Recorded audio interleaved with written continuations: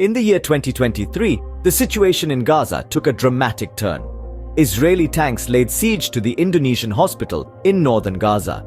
A catastrophic situation ensued as the hospital staff, including medical personnel and injured individuals, found themselves trapped inside. The Israeli military remained silent on the subject while Indonesia's foreign minister condemned Israel's actions.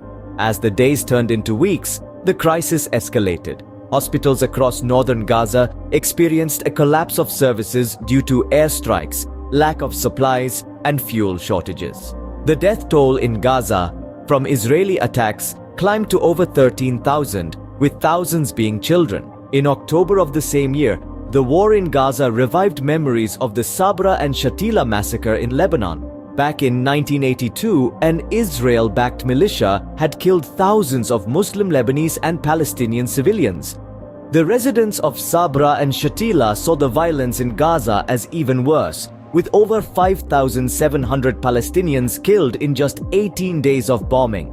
By January 2024, the healthcare system in Gaza was strained to its limits.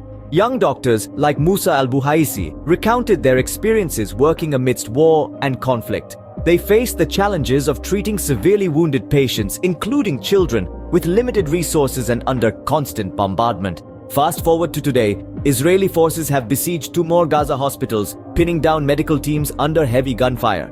The Palestinian Red Crescent has reported that one of its staff was killed when Israeli tanks pushed back into areas around Al-Amal and Nasser hospitals in the southern city of Khan Younis. The situation is critical. Dozens of patients and medical staffers have been detained by Israeli forces at al-Shifa in Gaza City.